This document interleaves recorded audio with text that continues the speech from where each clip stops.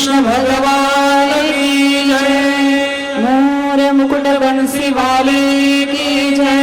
कृष्ण कन्हैया लाल की जय। जय जय श्री राधे। जय जय श्री राधे। जय जय श्री राधे। जय जय श्री राधे। जय जय श्री राधे। जय जय श्री राधे। आपण इथंच कथेला पूर्णविराम देत आहोत, पण उद्यासाठी एक सूचना आहे. उद्या आपल्या कथेमध्ये दहीहंडीचा उत्सव होईल, त्याचबरोबर फूल की होली होईल. तर उद्या सर्वांनी येताना सर्व स्त्रियांनी माता माऊलींनी गुलाबी रंगाच्या वस्त्रामध्ये यायचं आहे आणि भगवंताला आपण रंगपंचमी समर्पित करणार आहोत. रंगपंचमीचा उत्सव उद्या 56 भोगही होतील भगवंतासाठी. आजची झालेली सेवा भगवंताच्या चरणी समर्पित करते आणि माझ्या वाणीला पूर्णविराम देते. बोली गोपाल कृष्ण भगवान की जय. श्री भागवत भगवान की जय.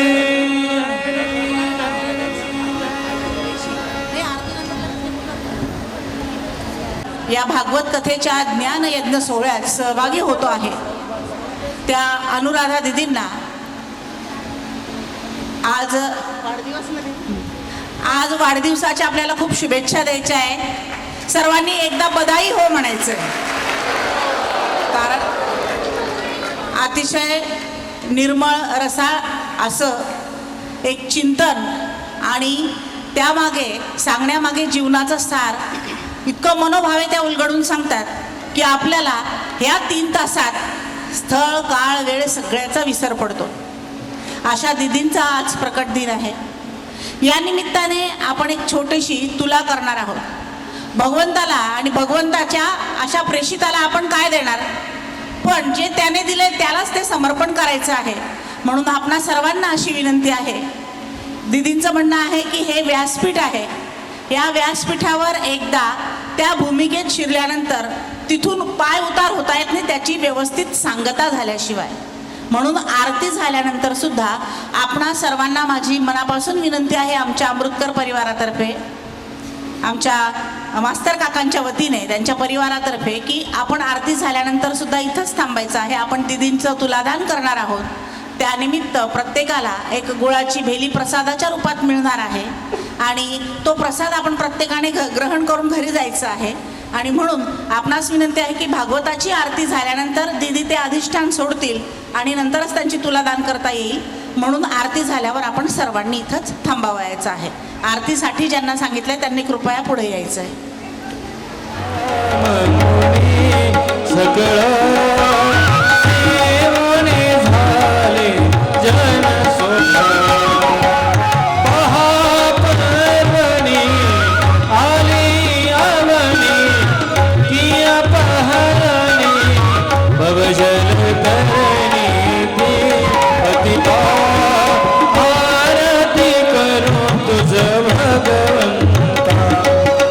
जय हो जय श्री भागवता.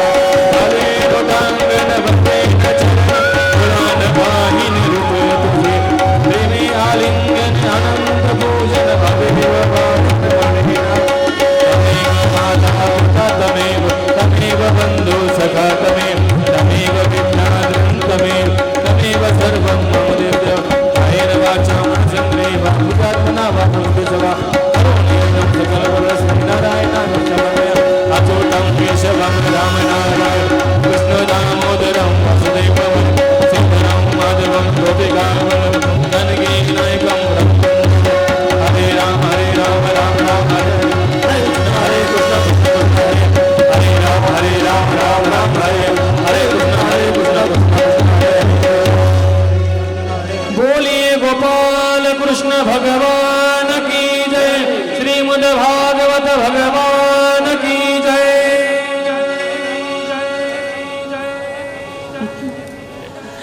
ज्यांच्या रसाळवाणीतून आपण हे ऐकत आहोत अशा अनुराधा दिदींविषयी आपल्या मनात खूप उत्सुकता आहे.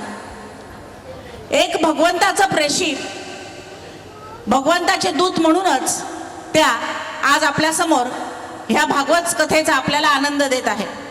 फार क्वचित लोकांच्या आयुष्यात ही अशी वैराग्य, विरक्ती आणि त्यासोबत प्रबोधन ही अशी त्रिसूत्री जमून येते. असे लोक फार कमी जन्माला येतात आणि ते अतिशय भाग्यवान असतात. माता कांचन आणि पिता राजेश यांच्या पोटी जन्माला आलेल्या अनुराधा दिदी या शेटे कुळातील, पंढरपूर या श्री क्षेत्री जन्म झालेल्या वारकरी संप्रदाय, अख्ख्या महाराष्ट्राचं लाडकं दैवत असणाऱ्या विठ्ठलाच्या भूमीत या निर्मळ साध्वीने जन्म घेतला आणि आज त्यांचा प्रकट दिन. जरी म्हणत असले की ऋषीचं कुळ विचारू नये, तरी सुद्धा आपल्याला आपली उत्सुकता काही गप्प बसू देत नाही. आणि म्हणून त्यांचा एक थोडक्यात परिचय तुम्हाला सांगते. जसं आपण शिक्षणाच्या बाबतीत सजग असतो, आपल्या मुलांनी डिग्र्या घ्याव्या असं वाटतं, नोकरी करावी, पण एका बाजूला हेही वाटतं की त्यांनी माणूस म्हणून सुद्धा आपल्या समाजात नावलौकिक वाढवायला हवा. फार कमी लोकांची मुलं ही या पात्रतेस ठरतात. यापैकीच एक म्हणजे आपल्या अनुराधा दिदी.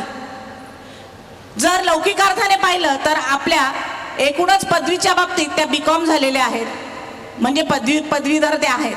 पण अध्यात्म आणि एकूणच भगवंताच्या सेवेच्या बाबतीत म्हटलं तर त्या कैक पटीने अनेक संत श्रेष्ठींमध्ये जाऊन बसाव्या इतक्या त्या श्रेष्ठ आहेत. परमपूज्य उत्पादजी महाराज आणि श्री चैतन्यजी महाराज यांच्या मार्गदर्शनाखाली त्यांनी आपली ही अध्यात्माची सेवा, अध्यात्माचा व्यासंग, अध्यात्माचा प्रवास, अभ्यासाचा प्रवास त्यांच्या मार्गदर्शनाखाली केला. 18 पुराणं, वेद आणि भागवत यावर त्यांची अभ्यासाची पकड फार मजबूत आहे. एवढा गाढा व्यासंग आपल्याला त्यांच्या ठायी ठायी असलेल्या संस्कृत शब्दांचा, संस्कृत श्लोकांचा, त्यांनी सांगितलेल्या अर्थातनं आपल्याला ठायी ठायी त्याचा प्रत्यय येतो. अतिशय शांत, निर्मळ अशा व्यक्तिमत्वाच्या धनी असलेल्या अनुराधाताईंनी राधा या त्यांच्या मंडळाची, म्हणजे काय म्हणता येईल त्याला आपण, की त्यांनी एक संस्था म्हणूया, दिव्य राधा सत्संग परिवार, संस्थाने म्हणता येणार, दिव्य राधा सत्संग परिवाराची स्थापना केली. या दिव्य राधा परिवारातर्फे अनेक श्री क्षेत्री त्यांची भागवत कथा झालेली आहे.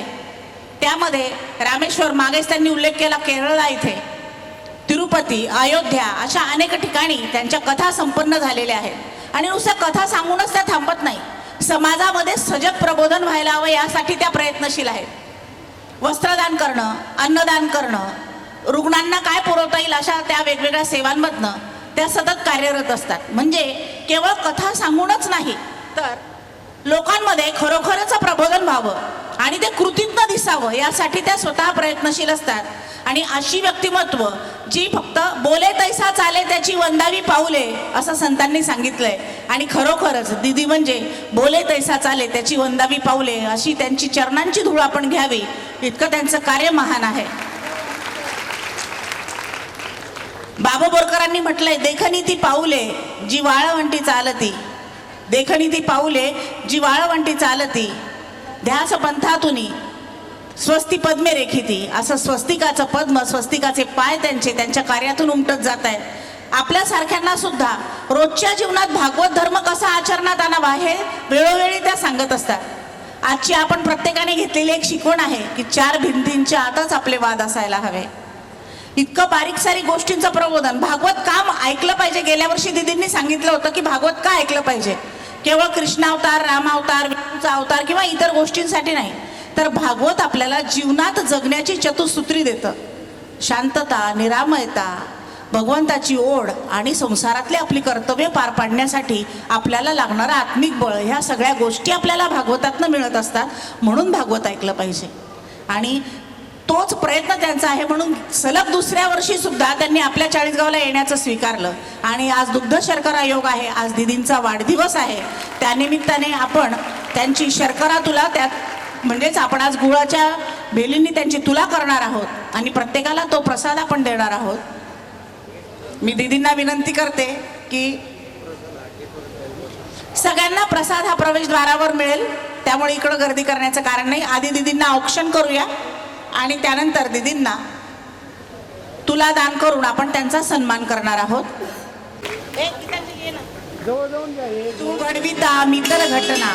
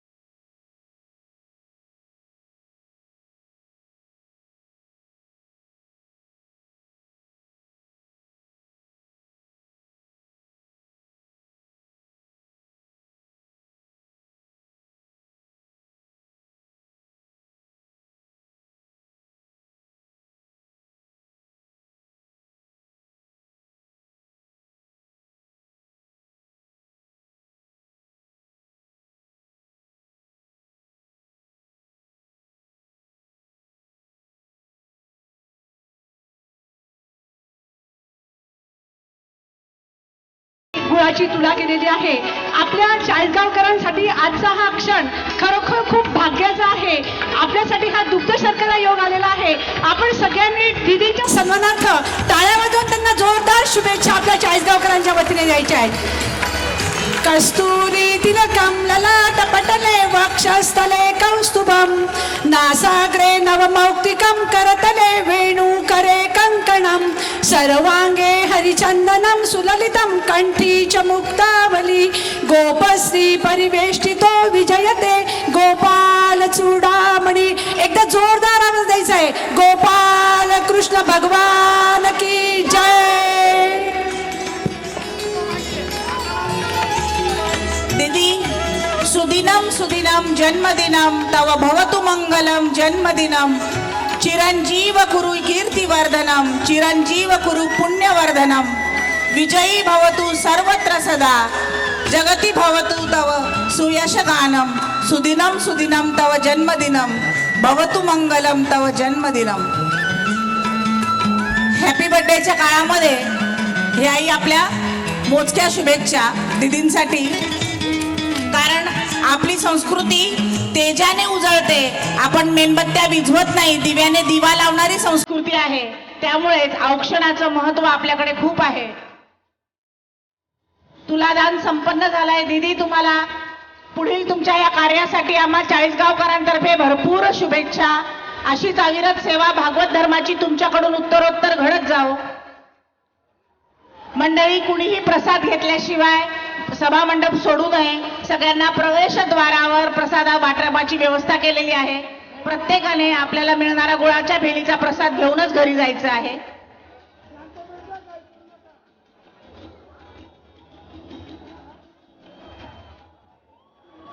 आपण भाग्यवान आहोत. एवढी तब्येत बरी नसतानाही दीदींनी आपला हा भागवत यज्ञ सोहळा सुरू ठेवलेला आहे. प्रचंड घशाचा त्रास होत असताना देखील दीदी आपल्यासाठी उपस्थित आहेत. हीच खूप भाग्याची गोष्ट आहे.